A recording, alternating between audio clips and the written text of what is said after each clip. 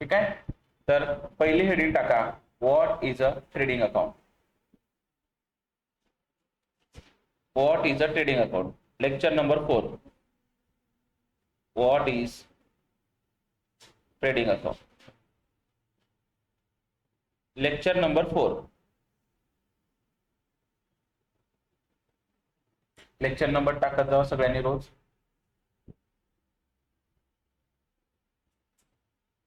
तर बघा, थोडस बुकचं रेफरन्स घेऊ. Trading account is a nominal account. Trading account काय म्हण आपला नॉमिनल अकाउंट आहे. जसं की तुम्हाला अकाउंटचे प्रकार माहिती आहेत, आपण लहानपणी शिकलो. एक होता कोणचा, पर्सनल अकाउंट, जो की पर्सन बद्दल बोलतो.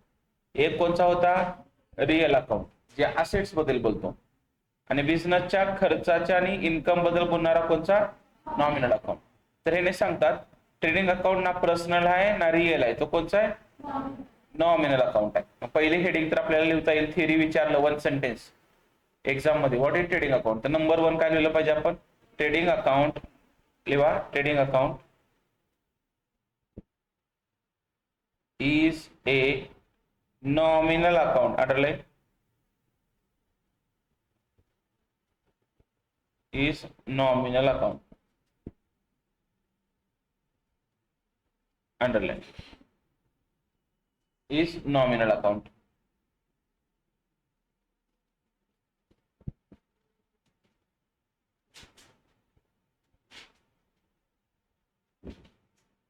तर आपल्याला कळालं ट्रेडिंग अकाउंट नॉमिनल अकाउंट आहे. मग इकडे लक्ष द्या थोडस, नॉमिनल अकाउंट मध्ये एक डेबिट असतं, दुसरं काय असतं, सर्वांना माहिती आहे नॉमिनल अकाउंटचा रूल काय. डेबिट म्हणजे ऑल एक्सपेन्सेस अँड लॉसेस असतात, आणि क्रेडिटला काय असतात, ऑल इन्कम अँड काय असतात, गेन्स.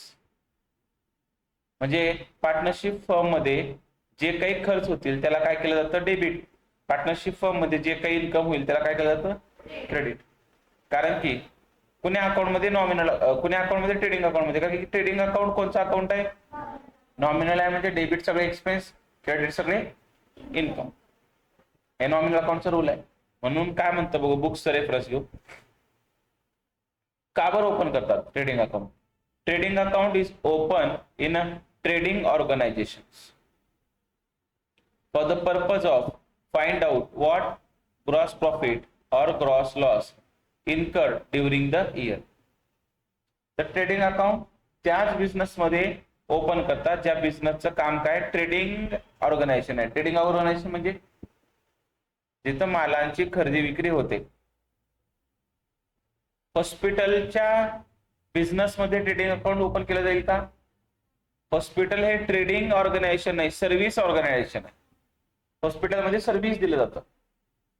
आता माझ्या क्लासेसच्या फायनल अकाउंट मध्ये ट्रेडिंग अकाउंट निघेल का, नाही, कारण की तो माल विकतो का सर्व्हिस देतो. त्याने क्लिअर सांगितले ट्रेडिंग अकाउंट कुठे ओपन होतं, ट्रेडिंग ऑर्गनायझेशन मध्ये. सांगा, कापड दुकानामध्ये ट्रेडिंग अकाउंट ओपन होईल, हो. मोबाईल दुकानामध्ये ट्रेडिंग अकाउंट ओपन होईल, हो. शूजच्या दुकानामध्ये, हो. जिथं गुड्स विकले जातात तिथे ट्रेडिंग अकाउंट येणारच. पण जिथं सेवा दिली जाते तिथे ट्रेडिंग अकाउंट हे क्लिअर झालं. ट्रेडिंग अकाउंट बनवायचं का बरं, कारण की काय ओळखण्यासाठी, बिझनेसचा ग्रॉस प्रॉफिट किंवा एक विशिष्ट वर्षाचा. इथपर्यंत त्यांनी सांगितलेलं आहे. आपण इथपर्यंत लिहू घ्या. ट्रेडिंग अकाउंट पुढे कंटिन्यू करावं का. Trading account is open in the trading organization.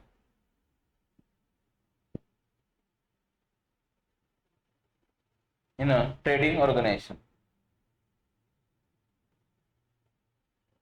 for the purpose.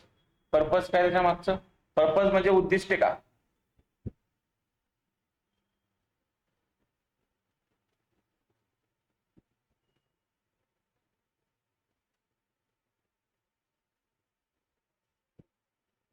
For the purpose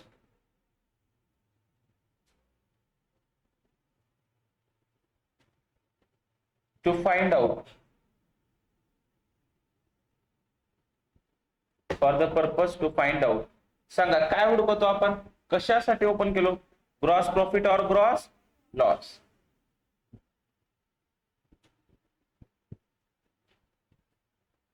gross profit or gross loss.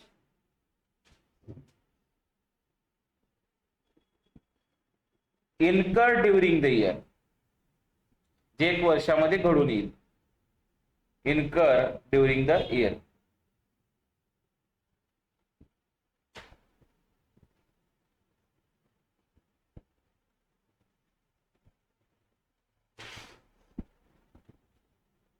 इथपर्यंत लिहा. क्लिअर आहे? मग एक लक्षात ठेवा, आता ज्यावेळेस पण अकाउंट शब्द येतो, आता ट्रेडिंग अकाउंटच आहे ना, अकाउंटला त्या ठिकाणी दोन साईड असतात, एक दुसरी. तुमच्या मनामध्ये त्या ठिकाणी एक प्रश्न निर्माण झाला असेल ना, म्हणजे अकाउंट म्हणजे कसा असतो? अकाउंट म्हणजे असा असतो सरळ, इकडे असतं particular debit amount, particular credit amount, ह्याला अकाउंट म्हणतात. आता आपल्या समोर एक मोठा क्वेश्चन काय की डेबिटला काय लिहायचं आणि क्रेडिटला काय लिहायचं. तर मी पहिलेच क्लिअर केले, ट्रेडिंग अकाउंट कोणचं अकाउंट आहे? मग डेबिटला काय येतात? एक्सपेन्सेस. क्रेडिटला काय येतात? इन्कम. का? नॉमिनल अकाउंटचा रूल आहे, debit all expense and losses, credit all incomes and gains.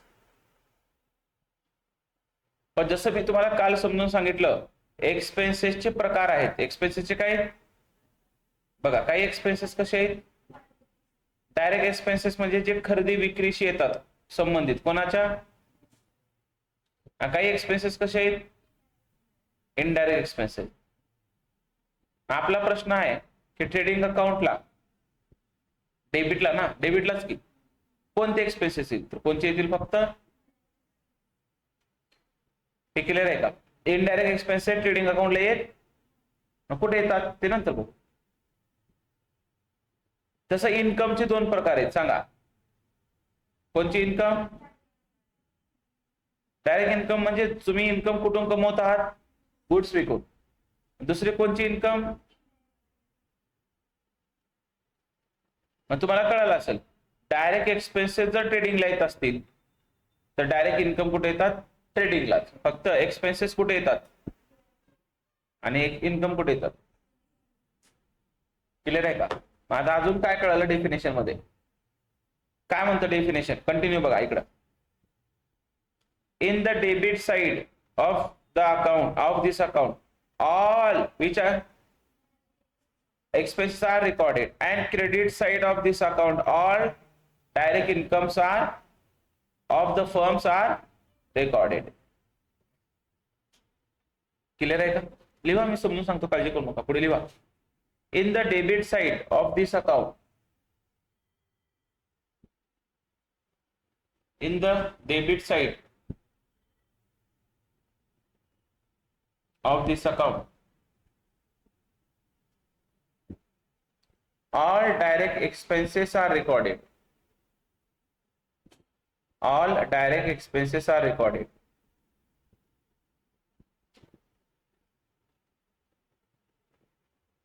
And in the credit side of the account, and in the credit side of the account, all direct income of the firms, all direct incomes of the firms are recorded.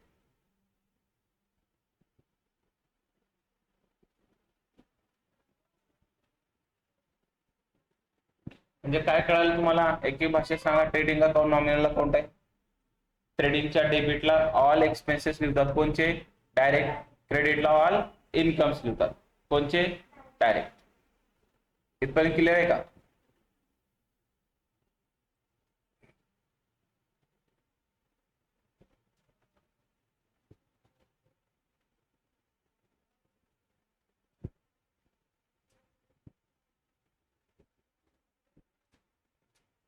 तर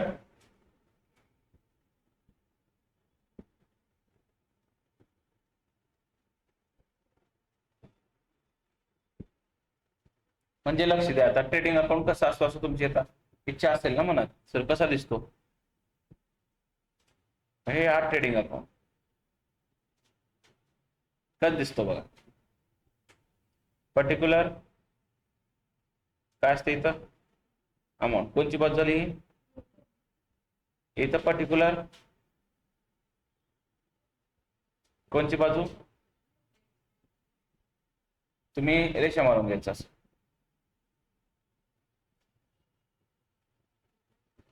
clear आहे का, trading account असा दिसतो. आपण आता काय लिहिलं सांगा इंग्लिश मध्ये, ट्रेडिंग अकाउंट नॉमिनल अकाउंट आहे, म्हणजे डीआर ला सगळे काय येतात, सीआर ला सगळे काय येतात, इन्कम. कोणते एक्सपेन्सेस इथे लिहायचं, टू कोणते एक्सपेन्सेस, इकडे bye direct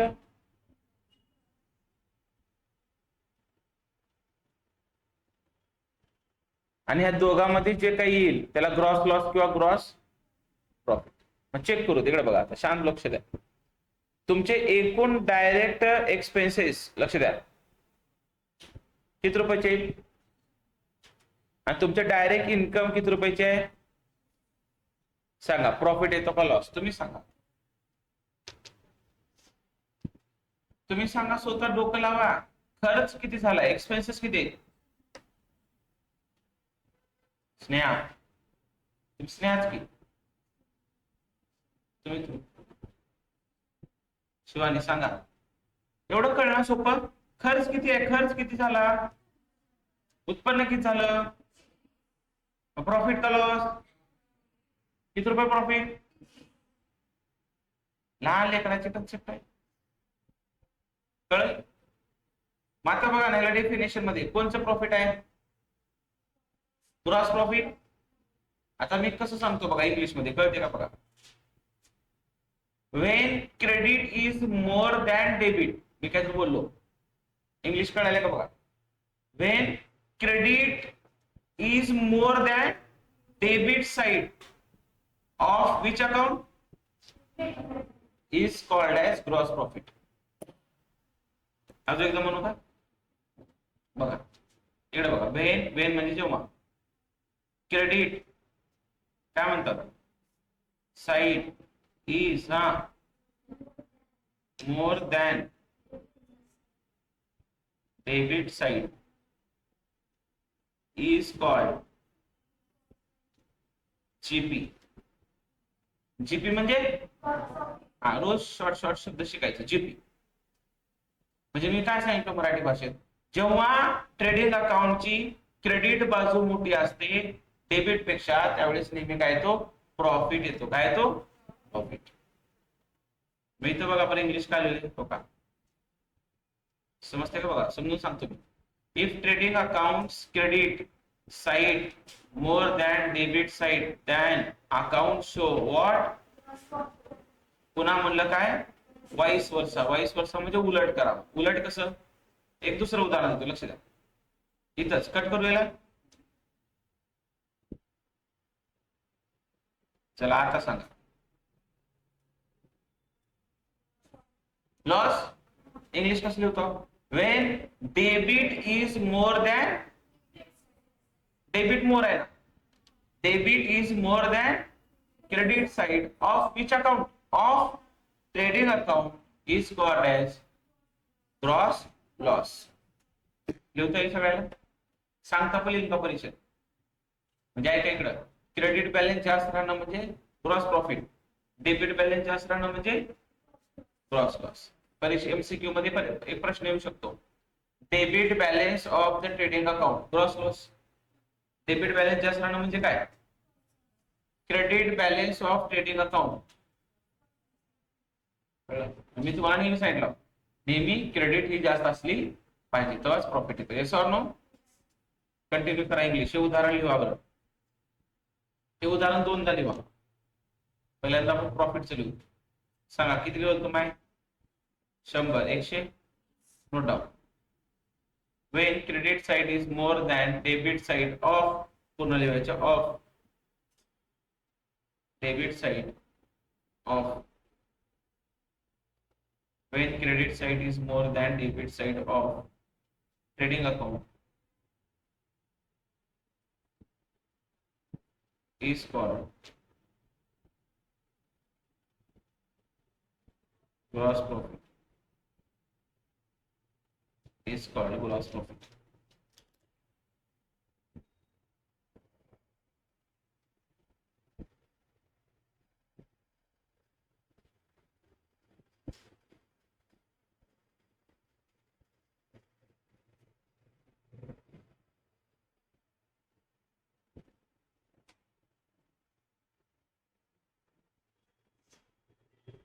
Is called gross profit.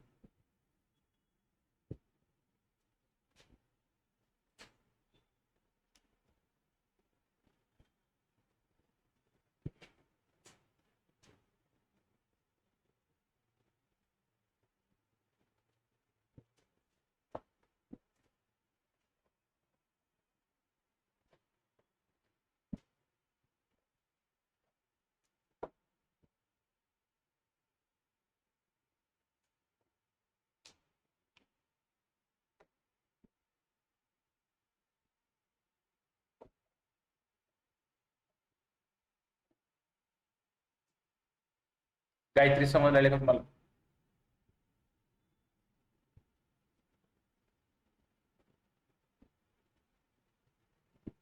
कैसा हो रहा?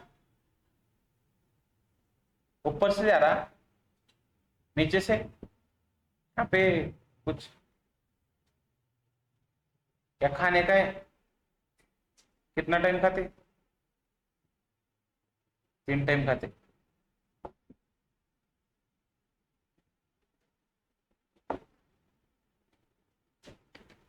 किती वेळेस खाता?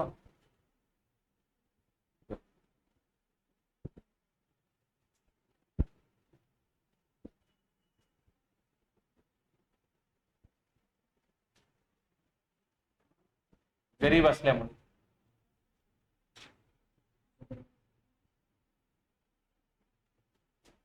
एकच टाइम.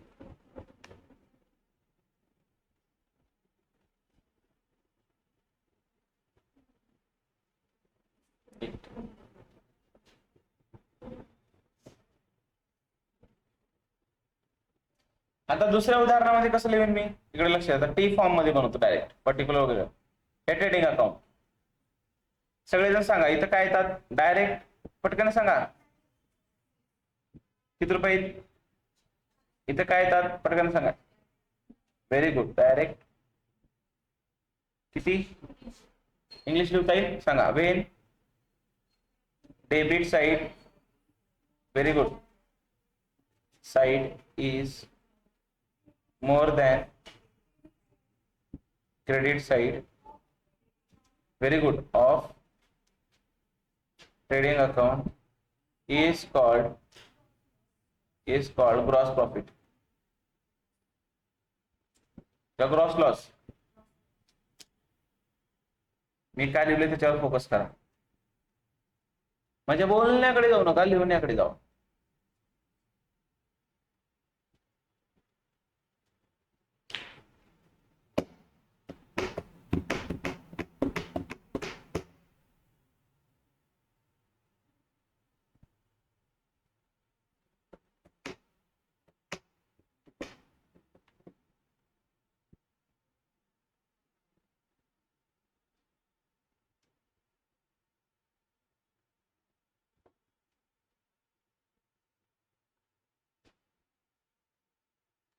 जमलं का नाही?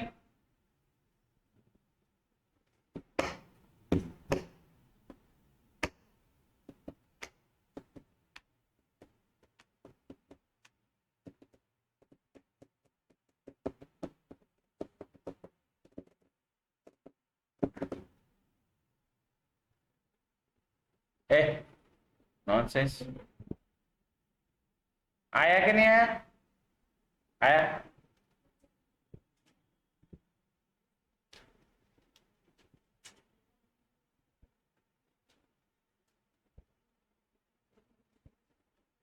आता पुढे एक प्रश्न आहे. हे लिहिलात मी जसं सांगितलं तसं लिहिलात ना? आता इकडे आहे का? इकडे आहे का? थोडं इकडे आहे का? सुनो सुनो गाव आलो, लक्ष द्या. आता तुमचं ग्रॉस लॉस काय ना, ग्रॉस प्रॉफिट काय ना, तुमचं काय, तुमचं काय म्हणलं, किंवा तुमचं काय आहे ना, ह्या दोघांपैकी जे काही येईल त्याला ट्रान्सफर करा. मग काय करा, कोण्या अकाउंटला, पीएनएल अकाउंटला. कोण्या अकाउंटला, पीएनएल अकाउंटला. पुढे कंटिन्यू लिहिलेलं आहे, इकडे वाचा पुस्तकात. The gross profit or gross loss is transfer to profit and loss account. Note down. तुम्ही तुकडे करू करून लिहिलं का काय, तर कंटिन्यू लिहा. व्हेरी गुड, लिहा. The gross profit or gross loss is transferred to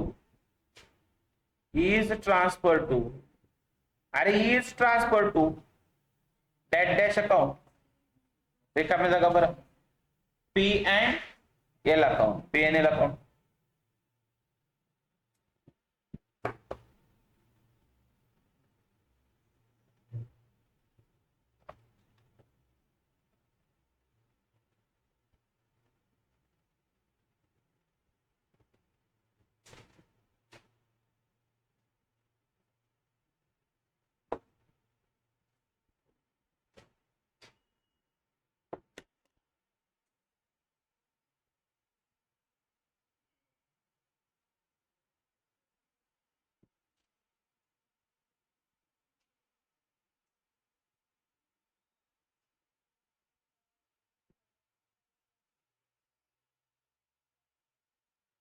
आला का नाही, क्या नाही प्रोसीड.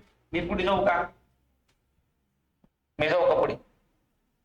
सर सर खूप छान वाटलं तुम्ही सांगितलं की ट्रेडिंग अकाउंट असं असतं तसं असतं.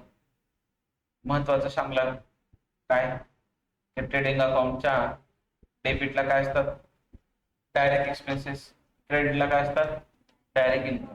पण सर एक प्रश्न आहे की डायरेक्ट एक्सपेन्सेस कसे ओळखाव आणि डायरेक्ट इन्कम कसे ओळखाव.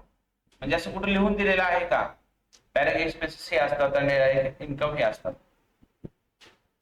हो, त्याचे डेफिनेशन पण मी शिकवतो आणि काही लिस्ट पण तुम्हाला देतो की तेवढे लिस्ट मध्ये जेवढे काही एक्सपेन्सेस त्याला काय म्हणायचं, डायरेक्ट एक्सपेन्सेस. आणि त्या लिस्ट मधल्या जेवढ्यांना डायरेक्ट इन्कम म्हणायचं. कळलं का, म्हणजे एक लिस्ट आहे. कारण की तुम्हाला जर एवढं कळलं बाबा, हा ट्रेडिंग अकाउंटच्या डेबिटला डायरेक्ट एक्सपेन्सेस, क्रेडिटला डायरेक्ट इन्कम. आता परीक्षेमध्ये बोर्डाच्या जेव्हा ट्रेडिंग अकाउंट बनवता, चुकून जर एखादी डायरेक्ट एक्सपेन्सेस क्रेडिटला आणि डायरेक्ट इन्कम जर डेबिटला झालं तर तुम्हाला सरळ सरळ एक छोटस मार्क असं पडतं. हे बघा, आपल्याला हे डाऊट नसावं की डेबिटला एक्सपेन्सेस येतात का. बरं, ट्रेडिंग अकाउंट कोणतं अकाउंट आहे, नॉमिनल. डेबिटला एक्सपेन्सेस येतात. प्रश्नार्थक चिन्ह आहे, एक्सपेन्सेस कोणचे, तर उत्तर आहे डायरेक्ट एक्सपेन्सेस. पुढचा प्रश्न आहे डायरेक्ट एक्सपेन्सेस म्हणजे काय, त्याचं प्रश्नाचं उत्तर येईल आता थोड्या वेळात. मग त्याची लिस्ट आहे का, हा लिस्ट पण आहे. मग तेवढी फक्त तुम्हाला ध्यान ठेवायचे आणि लिहायचे, ध्यान ठेवायचे आणि लिहायचे, ध्यान. बस एवढं काम आहे. मग कुठं आहे सर हे, कुठं आहे सर हे, कुठं तर आहे तिथं. मॉय मॉ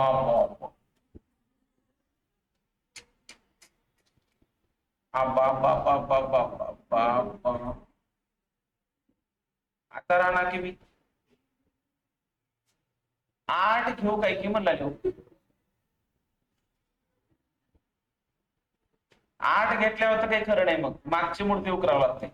कोण केव्हा जन्मत, कोण केव्हा मेला, त्याचा नातू कोण होता, त्याचा नातू कोण, हे वंशज कोण आहे. त्यापेक्षा आपलं कॉमर्सच बरं आहे. नाही टेन्शन, कॉमर्स बरं आहे आपलं. सायन्स घेऊन पण फायदा नाही, सायन्स मध्ये भविष्याची चिंता आहे. आपण मस्त आहोत करंट मध्ये जगायचं. मग सर एवढे एवढे पाठ करावं सर, पाठ करायचं नाही, मी समजून सांगतो. मी काय म्हणलो, मी समजून सांगतो. जसं की हे काय, ओपनिंग स्टॉक कालच सांगितलं मी, गेल्या वर्षीचा क्लोजिंग म्हणजे 4 वर्षाचा. परचेसेस म्हणजे काय, अरे गुड्स खरेदी करणे म्हणजे परचेस. गुड्स खरेदी करणे म्हणजे परचेस अकाउंट केव्हा वापरतो आपण? लहानपणापासून शिकत आलो. सोल्ड गुड्स टू संदीप तेव्हा काय वापरतो आपण? परचेस गुड्स फ्रॉम संदीप केव्हा वापरतो आपण? परचेस. समजले का? म्हणजे सांगा मला पहिल्यांदा काय असतं ओपनिंग स्टॉक. तुम्ही प्रॅक्टिकली विचार करा. मी काल म्हणलो आपण एक किराणा दुकान टाकलतो, याद आहे काही सोडून? याद आहे का नाही? किराणा दुकानामध्ये काय होते?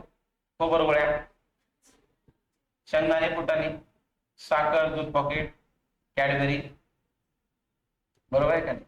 मग मार्चला हे सगळं शिल्लक राहिलं, त्याला म्हणतो क्लोजिंग स्टॉक. आणि 1 एप्रिलला ते काय झालं? Opening stock. मग मला सांगा मार्चला राईसचे 10 पोते शिल्लक आहेत, मग लगे एप्रिलला नवीन खरेदी करतो का पहिल्याच्या आधी विकतो? म्हणून ट्रेडिंग अकाउंटला नेहमी फर्स्ट काय दिलं पाहिजे आपण? Opening stock. रट्टा मारायचं नाही, समजलं बघा. ओपनिंग स्टॉक म्हणजे काय? मागचा शिल्लक म्हणजे चालू वर्षाचा ओपनिंग. मग ओपनिंग स्टॉक संपत आला की आपण काय करतो? खरेदी करतो. काय खरेदी करतो आपण? गुड्स. म्हणून गुड्स साठी एक शब्द आहे नेहमी, कोणता? परचेस.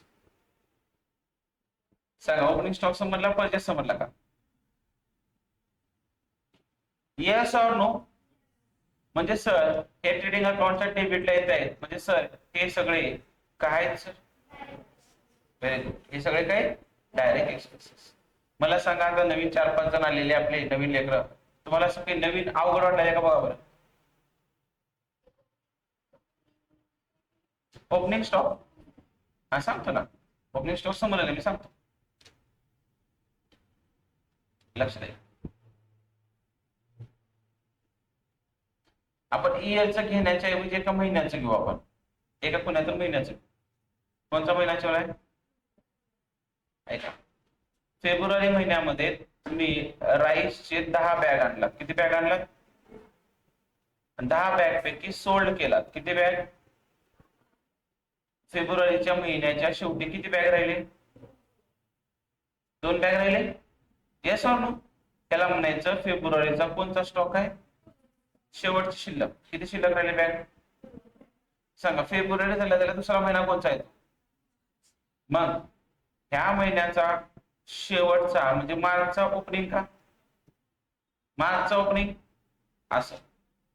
म्हणजे एका वर्षाच्या शेवटचा स्टॉक म्हणजे दुसऱ्या वर्षाचा ओपनिंगचा स्टॉक. आलं लक्षात? Yes or no? असं. हा म्हणजे परचेस येतं, ओपनिंग स्टॉक येतं. क्लिअर आहे का हे? ओके. एक एक आपण तोडत जाऊ, समजून घेऊ. कोणाला येत नसेल तर आता जसं त्यांनी विचारले तसं विचारायचं बिंदास.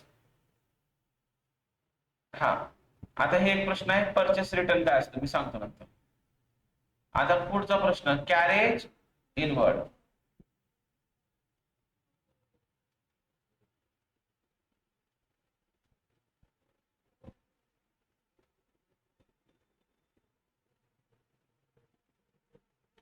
सर कॅरेज इनवर्ड म्हणजे काय? बघा इकडं तुमचं दुकान कुठं आहे? माल कुठून खरेदी केला?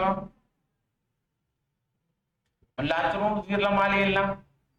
येईल का येणार नाही? बघा बरं येईल आले का? हे काय कळाय नाही?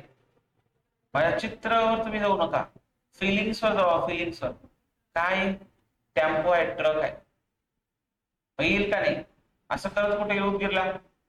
मग आल्यानंतर त्याने म्हणतील घ्या सर तुमचं माल उतरून घ्या आणि आम्ही जात आहोत सर, असं म्हणतील का? काय म्हणतील? काय म्हणतील? भाडं द्या म्हणतील की का फुकट सर्व्हिस चालू आहे तिथं? ते का मंदिर आहे प्रसाद मिळायला? मग ऐका, ज्यावेळेस पण आपण माल खरेदी करतो, माल खरेदी केल्यानंतर माल जेव्हा दुकानापर्यंत येतो ट्रान्सपोर्टच्या माध्यमातून. कशाच्या माध्यमातून? आणि जे आपण ट्रान्सपोर्टेशनचा खर्च करतो त्या खर्चाचं नाव आहे कॅरेज इनवर्ड. सांगा हे खरेदीशी संबंधित आहे का नाही? खरेदीशी संबंधित आहे का नाही? माल खरेदी केलो तरच कॅरेज जाईल, म्हणून हा कोणता एक्सपेन्स आहे? डायरेक्ट एक्सपेन्सेस म्हणजे काय? थोडक्यात डेफिनेशन काय? जे मालांच्या खरेदी आणि विक्रीशी जे खर्च येतो त्याला काय म्हणतात? Direct expenses. कळलं का? दुसरं त्यांनी एक एक समजून सांगतो, एक एक समजून सांगतो मी. फ्राईट, नाहीतर मी सोप्या भाषेत तुम्हाला म्हणलो असतो काय, हे लिस्ट घ्या लिहून आणि उद्या काय करून सगळेजण पाठ करून या पूर्ण. सगळीकडे तेच चालू आहे ना, लिहायचा डब्बा पाठ करायचं. आपण तसं शिकवू ना, आपण तसं शिकवल्यावर मग येणार मग लेकर, त्याचं वेगळं शिकवावं लागेल, समजून सांगू. आता दुसरा आहे फ्राईट. काय हो, कोणता खर्च आहे? फ्राईट. काय असते सर फ्राईट? बघा इकडं. आता मला सांगा ट्रान्सपोर्टेशनचे मोड सांगा. नंबर 1 रोड ट्रान्सपोर्ट, रोडच्या माध्यमातून देवाणघेवाण होते का नाही मालाची. दुसरं वॉटर ट्रान्सपोर्ट, याद आहे का नाही, वॉटर ट्रान्सपोर्ट, जहाज वगैरे येतात ना. आता उदाहरणामध्ये आपण इंडियामध्ये पेट्रोल बनत नाही, कमी आहे पेट्रोलच्या खाणी, म्हणून आपण सौदी अरेबिया किंवा रशियाकडून काय करतो, इम्पोर्ट करतो. मग कसं येतं पेट्रोल? आकाशातून येतं. कशातून येतं? जहाजाच्या माध्यमातून, वॉटरवे. दुसरं रोड ट्रान्सपोर्ट झालं, वॉटर ट्रान्सपोर्ट, रेड, अवजड वस्तू कशाच्या माध्यमातून येतात? रेलच्या माध्यमातून येतात. आणि पुन्हा एअर ट्रान्सपोर्ट. मग तुम्ही ज्यावेळेस तुमच्या वस्तू रोड ट्रान्सपोर्ट सोबत मागवता त्यावेळेस जे काही खर्च कराल ट्रान्सपोर्टेशन, त्याला काय म्हणा. आणि तुम्ही रेल्वेच्या माध्यमातून, वॉटरच्या माध्यमातून आणि एअरच्या माध्यमातून एखादी वस्तू मागवता आणि त्यावेळेस जे काही खर्च करता वाहतूक खर्च म्हणून, त्याला काय नाव द्या? फ्राईट नाव द्या.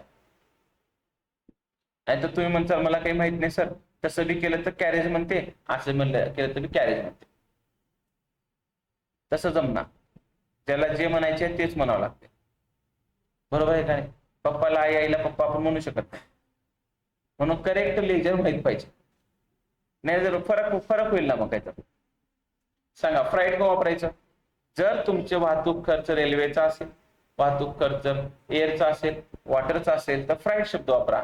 आणि जर तुम्ही आपल्या काय टेम्पो रोड ट्रान्सपोर्ट न मागवत असाल आणि खर्च केला असाल त्याला कॅरेज म्हणा. काय म्हणा? म्हणून तर आपण बघतो की गाड्यावरती नाव असतं गुड्स कॅरेज, म्हणजे वस्तू वाहून नेणाऱ्या गाड्या. वाचला का नाही कधी? हा आता कळ सर, आज कळालं, आज कळालं सर जिंदगीमध्ये हे. इतके दिवस तर आम्हाला ते गुड वाटत होतं, गुड.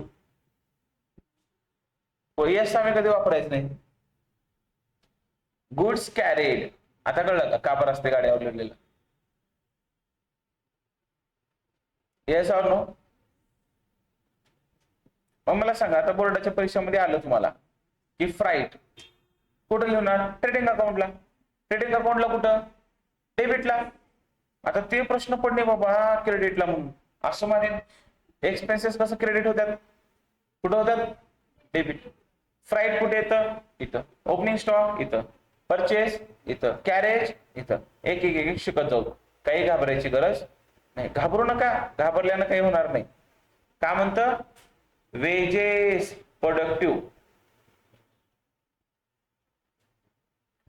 ठीक आहे, आपण एक शब्द वापरू फक्त सध्या, तेवढा डिटेल मध्ये नाही, साधा शब्द. कोणचा आहे? वेजेस. वेजेस म्हणजे काय? मजुरी. आता मजुरी कशाची मिळू शकते? डायरेक्ट एक्सपेन्सेसचे डेफिनेशन मी थोडं वाढवतो. काय म्हणलं? डायरेक्ट एक्सपेन्सेस म्हणजे वस्तूंची खरेदी करत असताना जो खर्च येईल त्याला काय म्हणायचं? Direct expenses. आता अजून एक वाढवतो, वस्तूंचे उत्पादन करताना व खरेदी करताना जे खर्च येईल त्याला काय म्हणायचं? Direct expenses. मॅन्युफॅक्चरिंग करताना. मग मला सांगा मॅन्युफॅक्चरिंग म्हणजे काय? मॅन्युफॅक्चरिंग म्हणजे काय? कच्चा मालाचा काय बनवणे? पक्का माल. बरोबर का नाही? आपल्या उदगीरमध्ये MIDC एरिया आहे, माहिती आहे का नाही? कधी असं ऐकलं का दुरून? तर MIDC एरिया आहे. हा कुठं आहे? लोणीला आहे. लोणी पूर्ण MIDC आहे. काही लेकरांना तर काही माहित नाही काय चालू आहे की जिंदगी. MIDC ला सर्वात जास्त दाल मिल आहेत आणि फुटाणा मिल आहेत. फुटाणा मिल म्हणजे चना घेतात. चना म्हणजे अबा हरभरा हो, ते मशीन मध्ये टाकतात आणि फुटाणा बनवतात. बरोबर, त्याला फुटाणा मिल म्हणतात. मग त्याने काय केले, कच्च्या मालाचं काय बनवले, पक्का माल, म्हणजे हरभऱ्यापासून काय बनवले, फुटाणा. मग हे बनवत असताना तिथं लेबर काम करतील का नाही, का डायरेक्ट असं फुटाणा हवेतून येत चाललंय मशीन मध्ये, मशीन मधून बाहेर गेलेले असं. मग त्या लेबरला काही ना काही द्यावं लागेल ना. त्या लेबरला जे आपण मजुरी देतो त्याला काय म्हणायचं, वेजेस. मग ते वस्तू खरेदी बनवण्याचाच खर्च आहे ना. किंवा आता ट्रान्सपोर्टनं तुम्ही माल आणलात, त्यांना बी काहीतरी देतात. म्हणजे थोडक्यात मजुरी म्हणजे कामगारांना दिले जाणारे पैसे, जे की वस्तूंची खरेदी व वस्तूंच्या उत्पादनाशी संबंधित असतात. म्हणून वेजेस सुद्धा तुमचा कोणता एक्सपेन्सेस आहे, डायरेक्ट. म्हणून तो ट्रेडिंगला डेबिट होतो. कुठे डेबिट होतो, समजले का खर्चाचं मिनिंग पूर्ण. सर असं का बरं आम्ही शिकायचं, चुकून मुकून जर उद्या तुम्ही अकाउंटंट झालात, चार्टर्ड अकाउंटंट म्हणा नाही, कारण ते लय मोठी कोर्स आहे. साधा अकाउंटंट झालात, पण आता दुकानामध्ये जसं की आता प्रसाद कलेक्शन मध्ये बसलात, चुकून घेतले तुम्हाला, त्यांना माहित नव्हतं तुम्हाला अकाउंट येणार असं. मालक आले, माल आला होता सुरतहून, आणि 1 लाख जवळपास 50,000 रुपये फ्राईड झालं होतं, कॅरेज, बरोबर आहे का. तर ते दिले व्हीआरएल ट्रान्सपोर्ट, एक फेमस आहे बरं का इंडियामध्ये, व्हीआरएल नाव ऐकलाच. व्हीआरएल मोठ्या मोठ्या गाड्या जातात, लॉजिस्टिक नाव असतं वर, व्हीआरएल लॉजिस्टिक. तर त्यांना ते व्हीआरएल ला त्यांनी 50,000 रुपये दिले आणि पावती आणले आणि तुम्हाला दिली. तुम्ही असं ते पावती धरलं आणि बघलेला मालकाला, सर काय करू मी याचं.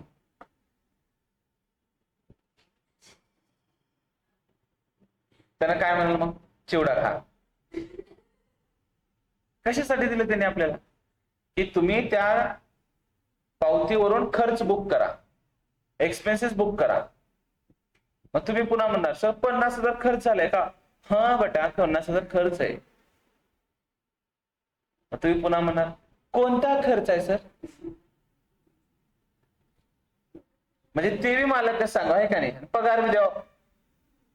मग ते पावती बैठल्या आपण लॉजिस्टिक नाव आहे, ट्रान्सपोर्टेशन, म्हणजे आपल्याला कळायला पाहिजे की बाबा त्याला कोणचं लेजर तयार केलं पाहिजे, कॅरेज इनवर्ड, आणि 50,000 रुपये लिहिले पाहिजेत कॅरेज इनवर्ड नावाने. असं प्रॅक्टिकली असतं आणि प्रॅक्टिकलीच करावं लागतं हे सगळं. आपण उगा परीक्षा पास व्हायपुरतं शिकू लागलो, तिथे गेले की केले की बंद होणार झाले आपलं. इंटरव्ह्यू मध्ये असं असतं. तुम्हाला वाटतं सर एवढं बोर काबर करत आहेत, एक हेडिंग काबर शिकवतात, कारण की तुम्हाला लेजर कळाले पाहिजेत, कोणत्या खर्चच्या वेळेस कोणता लेजर टाकावा लागतो. आता त्याने 3 लाखाचा माल खरेदी केले, त्यावेळेस तुम्ही कोणता खर्च दाखवणार त्याला, कळाले का. तिथं ते साफसफाई करणारा माणूस होता, त्याला 1,000 रुपये दिले त्यांनी, मग त्या 1,000 रुपयाला काय नाव लिहिणार. मग हे तुम्हाला आलं पाहिजे, मी हे सांगलो, बोरचा विषय नाहीये. आपण 12वी चे प्रॉब्लेम 4 दिवस लेट करू, पण समजून करायचं. Yes or no. आता कम्प्युटर खराब झालं, दुकानामधलं कम्प्युटर दुरुस्ती केला, आणि त्या कम्प्युटरवाल्याला आपण त्या ठिकाणी 500 रुपये दिले, मालक म्हणतात ते 500 रुपये लिहून टाका. पुन्हा खर्चाचं नाव लिहू आपण, repair and maintenance, repair and maintenance. नाही तर डायरेक्ट कम्प्युटर अकाउंट म्हणून लिहूचा, तुमचा काय भरोसा. कम्प्युटर जर लिहिला 500 रुपयाला कुठं कम्प्युटर लिहायला. मग पुन्हा ऑडिटला गेल्यानंतर हे माणूस जे बसल्यावर खूप शिक्षण घेऊन त्यानं तुम्हाला कॅबिन मधून बोलून घेईल आणि एकदम चांगले चांगले शब्द तुम्हाला म्हणेल कॅबिन मध्ये बोलून, बरोबर आहे का नाही. म्हणून हे हेडिंग सगळे शिकावे लागतात आपल्याला, सगळे, काही सोडायचं नाही. वेजेस येतं, वेजेस अँड सॅलरी येते. आता पुढे शिकवतो आपण इनपुट ड्युटी, ठीक आहे, एक शिकवतो. समजलेले का सांगा मला, समजणं महत्वाचं आहे, लेट झालं तर झालं. समजलेले का, पुढे चलू का.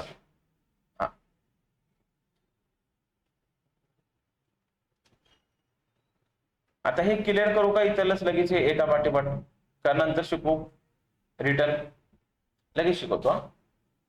परचेस रिटर्न बघा, तुम्ही माल खरेदी केलात, सांगा माल खरेदी केलात 1 लाख रुपये, सांगा खर्चाचं नाव, खर्चाचं नाव किती लाख रुपये. मग काय झालं, काही साड्या खराब आल्या, साड्या कशा आल्या, त्याला परत करणार आपण, काय करणार, परत करणार. मग खरेदी केलेलं परत करणे, खरेदी केलेलं परत करणे म्हणजे परचेसला रिटर्न करणे, परचेसला काय करणे, रिटर्न करणे. मग तुम्ही 5,000चा रिटर्न केलात, मग ऍक्च्युअल खरेदी किती केलात? मग खरी 95,000. म्हणून ज्या वेळेस पण परचेस रिटर्न असतं त्याला परचेस मधून मायनस करतात. रिटर्न किती हजार? 5. मग बाहेर ऍक्च्युअल खरेदी किती आली? आता इथे 2 प्रश्नाचं उत्तर सांगतो तुम्हाला. म्हणजे सर हे 1,00,000 रुपये कोणची खरेदी आहे? त्याला म्हणायचं कोणचं? ग्रॉस परचेस म्हणायचं. काय म्हणायचं? ग्रॉस मधून रिटर्न गेल्यावर ह्याला म्हणायचं कोणचं? Net purchase. हे मिनिंग पुन्हा कळेल तुम्हाला, महत्वाचं. म्हणजे बाहेर जे 95,000 आले ते कोणचे? नेट, म्हणजे ऍक्च्युअल खरेदी. आणि हे ढोबळ खरेदी आहे, ग्रॉस. ग्रॉसचं मिनिंग कळालं आता? ग्रॉस म्हणजे अजून काहीतरी वजा होणं बाकी आहे. काय वजा होणं बाकी होतं? मग रिटर्न. मग जर समजा बोर्डाच्या पेपरमध्ये तुम्हाला एक लेजर दिलेलं आहे, नाव परचेस रिटर्न, त्या लेजरचं करायचं काय? परचेस मधून मायनस करायचं. कुठून मायनस करायचं?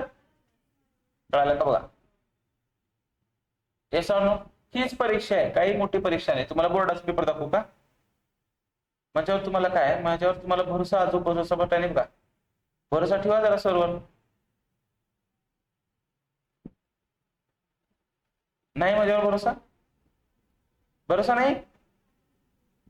मग ते आवाज येणार नाही. आहे. कोणावर ठेवा, न ठेवा, सर्वर ठेवा. हे तुमचं बोर्डाचं पेपर आणि हे तुमचा बोर्डाचं पेपर. आणि बोर्डाच्या पेपर मध्ये विचारलं की बाबा काय बनवून दाखवा? आम्हाला ट्रेडिंग अकाउंट बनवून दाखवा. किती मार्काला? 12 मार्क. आई सर आता तर आम्ही सुरू बी केलं नाही, 12वी आहे, तुम्ही डायरेक्ट बोर्डाचे प्रॉब्लेम केला. येत्यात म्हणलं, एवढं कॉन्फिडन्स आहे. बघा आता हे ट्रायल बॅलन्स आहे. या ट्रायल बॅलन्स मध्ये मी शिकवलेले आयटम सांगा आहेत का? काय आहे? पुण्या अकाउंटला येते, ट्रेडिंग अकाउंटला येते, कुठे येते? आलं का? मग एक आयटम कटला. आता हुडकत या मी शिकवलेलं या कुठे येते?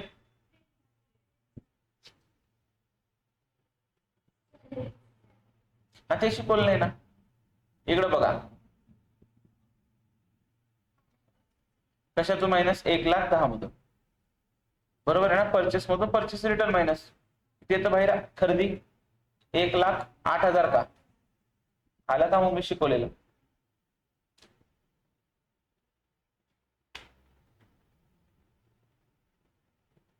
कोणचा पेपर आहे? बोर्डाचा. 12वी सुरू होऊन किती दिवस झाले? 4 दिवस. बोर्डाचे पेपर सॉल्व्ह करता येते आपल्याला. बघा पार्टनरशिप आहे का नाही? कसं वाचा? ऐका आता. कोण आहे आणि कोण आहे?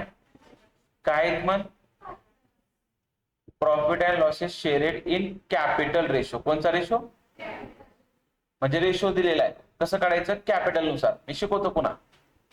कॅपिटल रेशो म्हणजे कसं? यांचं जेवढं कॅपिटल आहे तेवढा रेशो मग 1,80,000 आणि 60, 18 आणि 6 बारीक ग्रुप करा, बारीक ग्रुप. 6 साइन 3 रेशो काय झाला? 3:1. नंतर शिकवतो ते सोडा. कळले का? बघा, you are required to prepare. काय काढा म्हण? काय काढा म्हण? आणि काय काढा म्हण? किती मार्काला? आणि फिक्स असतं आपलं. असं नसतं की बोर्डाचं मूड खराब झालं आणि 8 मार्काला विचारलं, असं नसतंय. फिक्स असतंय, फिक्स. क्वेश्चन नंबर बी फिक्स, क्वेश्चन पण फिक्स. तरी 100 मार्क घेणं होणार.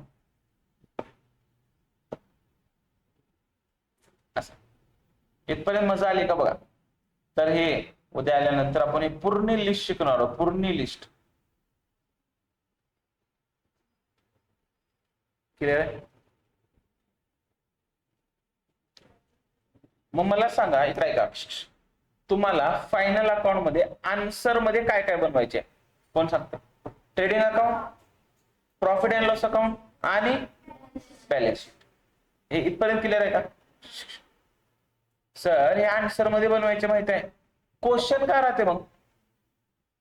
क्वेश्चन असते ट्रायल बॅलन्स. क्वेश्चन काय असते? म्हणजे तुम्हाला एक ट्रायल बॅलन्स देतात, त्या ट्रायल बॅलन्स मध्ये सगळं देतात मिक्स करून. म्हणजे sir direct expenses, indirect expenses, direct income, indirect income, assets, liability. मग त्यांचे त्या संबंधित उचलायचं घेऊन द्यायचं, उचलायचं घेऊन द्या आपलं. मी काही म्हणलो बघा. क्वेश्चन काय असते, अजून एकदा प्रश्नाचं. क्वेश्चन म्हणजे काय? Trial balance. ट्रायल बॅलन्स मध्ये सगळं मिक्स असते का? काय काय असते मग? Direct expenses, indirect expenses, direct income, indirect income, assets, liability. ह्याच्यापैकी आता इकडे थोडस तुमचे नोट्स ओपन करा. नोट्स इथे या, ह्या पेजवर. पेज नंबर दिलाय मी, इथे या. इथे काही लोकांकडे पैसे नसल्यामुळे प्रिंट काढलेले, गरिबी असल्यामुळे. हा तेच अकाउंट की गाता, त्या पेजवर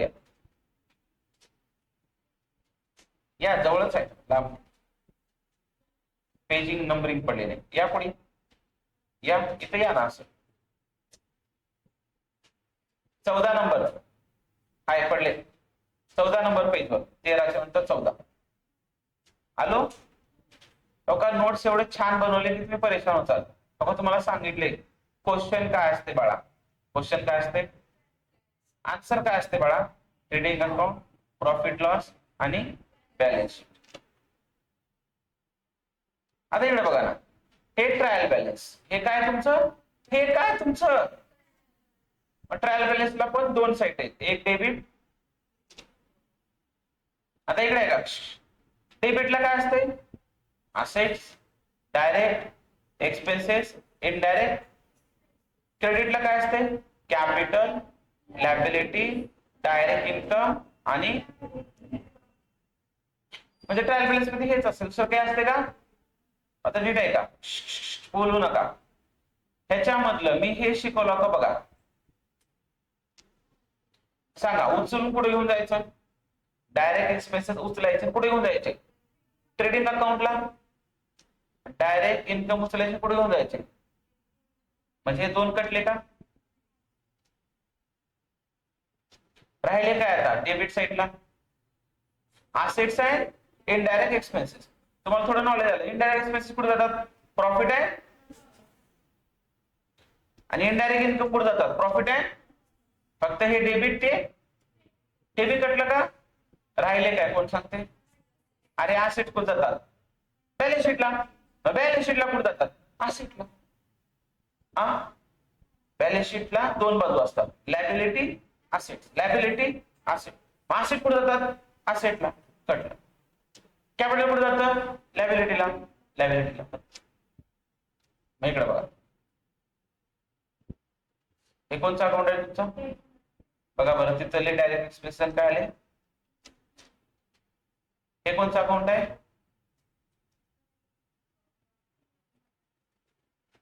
म्हणजे लेकरांना हे समजलं पाहिजे की बाळ सोपं एकदम, की ट्रायल बॅलन्सच्या डेबिटला दुसरं काहीच नसते. असेट असतात, डायरेक्ट एक्सपेन्सेस आणि. तुम्हाला माझं खोटं वाटते तर डोंट वरी, लगेच चेक करू. ज्या लेकरांना पहिलं कधी झाले बघा, प्लॅन टाइम मशिनरी आपली काय असते घेऊन जावा बोर्डाचा पेपर सॉल्व्ह करायला. कुठं? बॅलन्स शीटला, असेटला. फर्निचर काय असते? फर्निचर. कॅश इन हँड काय असते? बघा बरं, किती आयटम कटले? 1 2 3 4. आणि लहान लेकरांना अजून कळेल, संडे डेटर्स काय असते? असेट. कटलं का बघा? काय राहिले आता? Salary, indirect expenses, profit loss. आणि जसं परचेस मधून रिटर्न वजा होते तसं सेल्स मधून काय होते? झालं, सॉल्व्ह केलं एक साईड.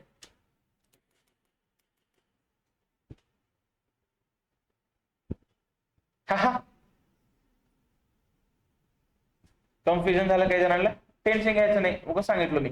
कन्फ्युजनचा काहीच विषय नाही. आणि ज्याला कन्फ्युजन झालं त्याला समजायचं की मला दिमाग हा आहे. आणि ज्याला काहीच होणार समजायचं मला काहीच नाही, मला मेंदू हा नाहीये. हा, कन्फ्युजन झालं पाहिजे, डोकं दुखलं पाहिजे, झंडोबाम वापरलं पाहिजे. म्हणजे सिंपल काय सांगा, ट्रायल बॅलन्सला डेबिट साइडला काहीच नसतं. असेट, इनडायरेक्ट एक्सपेन्सेस, एवढे भयानक डेंजर लेकर आहेत नाले. आता काय करतात, हे असेट आहे ना, आता डायरेक्ट एक्सपेन्सेस आहे, डेबिट बॅलन्स आहे, याला एवढं सुद्धा कळणार एक्सपेन्सेस डेबिट राहते, ह्याला ट्रेडिंग अकाउंटच्या CR ला घेतात.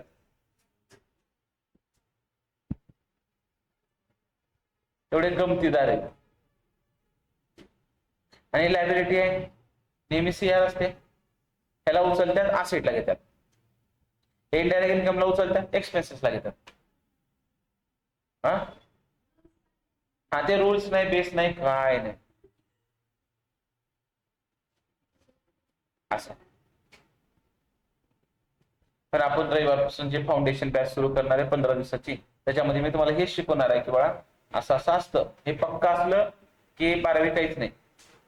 म्हणून नेहमी सांगतो मी, 11वी करावं लागते, 12वी करा किंवा न करा. 11वीच्या बेसवर 12वी अर्धी येऊन जाते आरामात. तरी मी डोंट वरी, 15 दिवस आपण त्याच्यासाठी ठेवले, आपण घेऊ 15 दिवसात. थांबू मी आता, थांबू म्हणजे असं उठून थांबणार नाही, लेक्चर थांबू करू.